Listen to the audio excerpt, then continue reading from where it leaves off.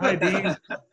My official hello. Yeah. So first off, sorry, I a couple minutes late there as my computer was rebelling against, I think, 12 straight hours of Zoom. So if my brain looks fried, you figured out why. So it is strange to have to be back. I have one of the shortest terms imaginable with just finishing out the remainder of this term and back for re-election in November. So I appreciate you all having to go through endorsement process again in D5. But it's, I took office in December. Obviously, it's been an incredibly busy and sort of unexpected time, we took office in December, then obviously some of the corruption, or at least the beginnings of the corruption scandal kind of coming to light. In the first couple months, we were in City Hall, followed by COVID hitting, and obviously dealing with a lot of issues in terms of COVID response. And I think the balance for me as a new supervisor has been like coming in and trying to move forward on some of the bigger picture, more transformative policies that we wanted to work on, right? But also addressing this day-to-day need that people have around COVID, whether because they've lost their job or because they're facing potential eviction or economic hardship. I mean, it's just, or direct health issues, right?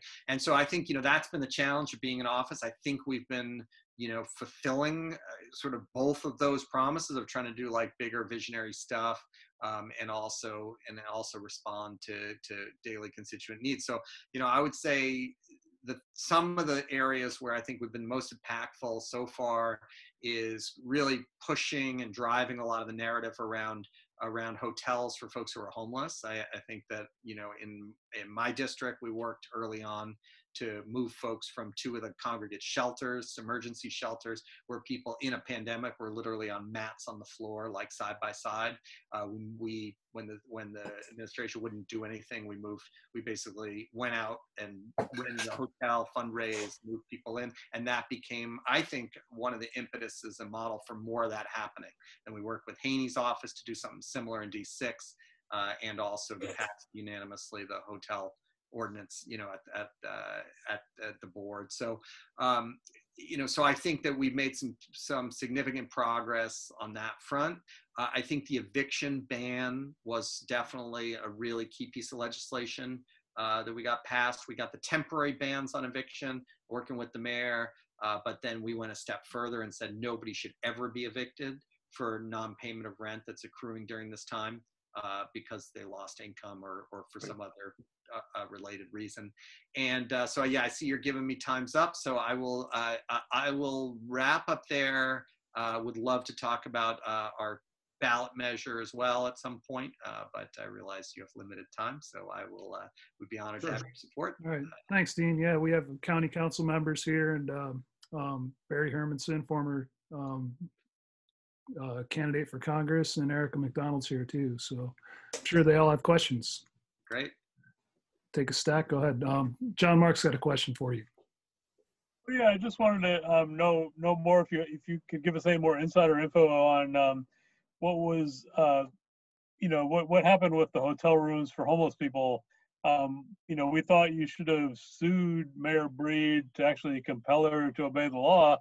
But I didn't know, did you not have the votes for that, or the standing, or why didn't that go anywhere? Yeah, incredibly frustrating. We unanimously passed legislation, had a bit of our own, I would say, constitutional crisis. People talked about that in DC, had a bit of a standoff here. I think everything we see that has happened from the administration on hotels, I believe has happened because of, not just because of me, but because of me, Haney, Ronan, Walton, Peskin, like taking a pretty strong stand, and then all the activists organizing around that. So I want to first off note that yes, we passed something saying get 8,250 rooms, but the reality is the administration wanted to do 0. So the fact that we have thousands of rooms now, is directly a result of the legislation and the organizing work. But at the end of the day, we looked at legal options, with city attorney, did not feel that there was a path to direct enforcement. We are working on something. Since we're being recorded, I won't tell it to you in confidence, but we will be announcing some legislation involving some stronger teeth in enforcing obligations to give people hotel rooms, or at minimum put the offer folks safe sleeping sites, and we'll be expected to announce that on Tuesday. Good. Can I ask a quick follow-up, Mike? Yeah, sure. Go ahead. The root of this problem is really the strong mayor charter and the fact that there's almost no check on mayoral power other than recalling her. And so we asked a question, specifically about the Kaufman charter, and sort of, did you have any ideas for reforming it? Do you have any specific ideas for legislation you'd bring forward in the next 4 years to really decentralize power away from the mayor and back to the elected supervisors? So I think so. I don't think most of it's done legislatively. We've got to go to the ballot.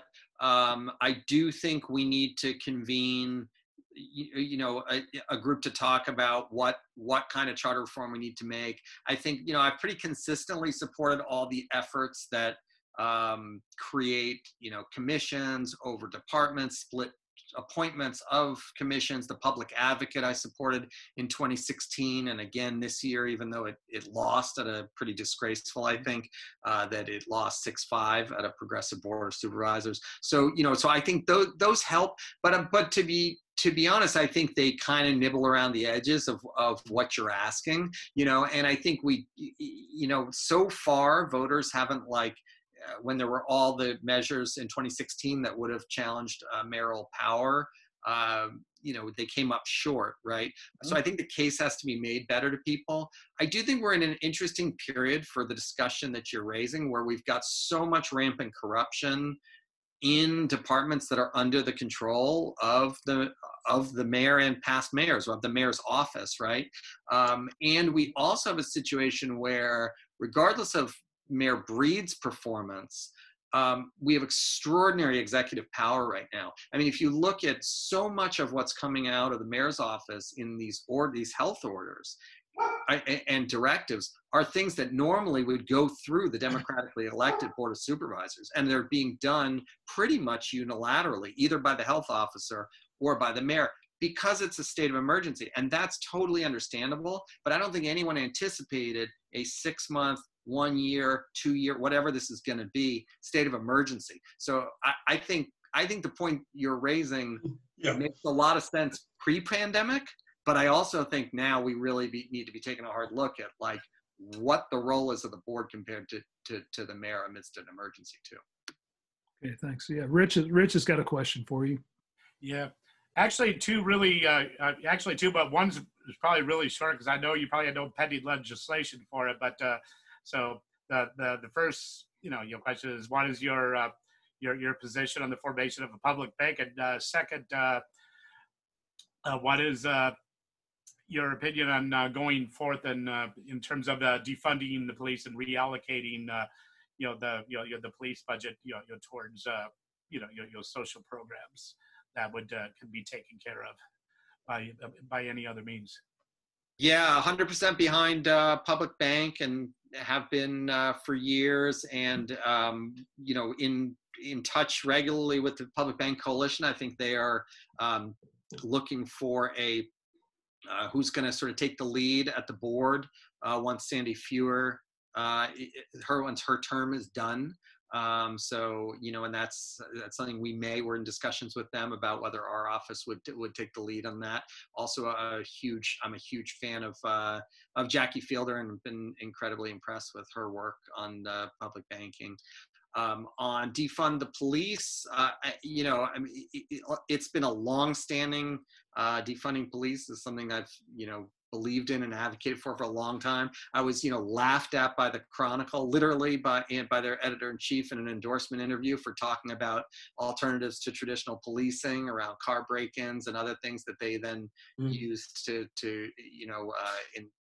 misrepresent my positions in the Chronicle, and then the realtors use that in all their hit pieces. So Are you surprised? Yeah, right. Yeah, but I mean, look, I voted against the interim budget and raised issues around the interim budget just recently because of police increases. I think we need to be slashing the budget. There's all kinds of stuff we can be cutting even before we deal with the staffing minimums and all of that. And we need, we're in the stage now where we've gotten to the point now where at least people are saying the right things in San Francisco around this issue. A lot of folks who have been real enablers of the police department and fought to increase their budgets are now suddenly overnight talking about defunding the police, which is great. And now we got to make them do it. So I guess last thing I'll say, there's a lot I could say on this topic. I started my legal career like over 20 years ago, representing victims of police misconduct, suing police departments before all that was caught on videotape. And it's been like a definitely a longstanding priority, and consider myself very much part of the movement to defund police. Awesome, thanks. Okay, thanks. I guess we just have like 1 minute, so maybe a yes or no question from me. When last we endorsed you, I asked if you would be interested in putting forth an ordinance to stop entitlement flipping. And that's going on all over the place, more rampant now than ever. Are you still on board with that? Entitlement flipping, meaning what? Just selling a project once it's entitled? That's correct, yes. That's the thing. So if you have an entitled project and you transfer it, the entitlements do not transfer. I don't know if we can legally do that. I can say that what I have supported is use it or lose it provisions, which I think which are definitely enforceable, which could accomplish probably similar thing, and that you give folks a short timeline in which they either use the entitlements and build whatever they got permission for. I'm sorry, you asked me for a yes or no, so that's okay. Yeah, I'll take the maybe. Thanks very much for joining us. We've got a couple candidates waiting. Okay. And, love to talk to you some more another time. I'd love to follow up with you on that, Mike. Okay. Thank you. On that last Thanks very much. All right. Thanks, you. everyone. Thank you. Have a good evening. All right.